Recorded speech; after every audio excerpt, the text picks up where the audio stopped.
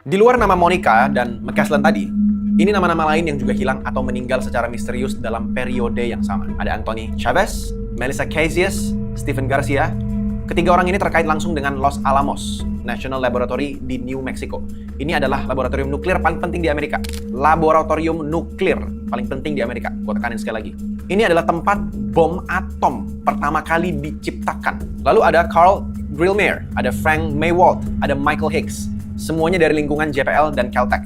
Dan satu lagi ada Nuno Loureiro. Ini adalah fisikawan nuklir dari MIT yang ditembak di depan rumahnya sendiri di Massachusetts. Kalian bisa Google setiap nama yang gue sebutin tadi, dan kalian bakal nemuin kasusnya satu persatu. Semuanya nyata, orang asli, bukan orang buatan, bukan teori konspirasi nggak jelas. Semuanya jelas ada namanya dan terdokumentasi. Sekarang kita lihat polanya.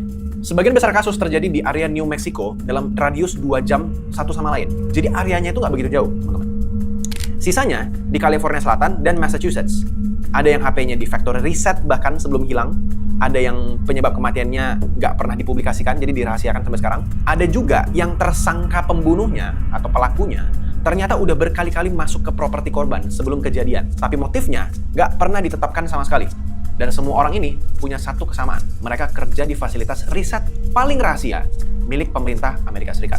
Orang yang bisa sampai ke posisi setinggi ini jumlahnya sangat sedikit. Kita nggak ngomongin jutaan orang atau orang-orang random. Kolamnya itu kecil banget. Dan dari kolam sekecil itu, lebih dari 10 orang hilang atau meninggal secara misterius dalam waktu kurang dari 2 tahun. Secara statistik, ini benar-benar anomali. Atau ada unsur kesengajaan di sini. Dan pemerintah AS juga mikir hal yang sama. April 2026, Kongres akhirnya resmi buka penyelidikan dan minta briefing dari FBI, Departemen Energi, NASA, dan Pentagon, seperti yang gue bilang di awal tadi. Mereka bahkan secara spesifik nyebut kemungkinan ini tuh mungkin saja dilakukan sama negara asing. Ada keterlibatan negara asing di sini.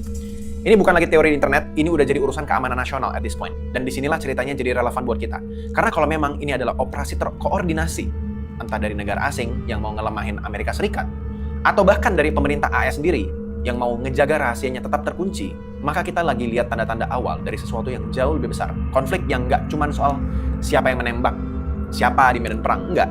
Tapi soal siapa yang menguasai teknologi dan informasi paling berbahaya di dunia.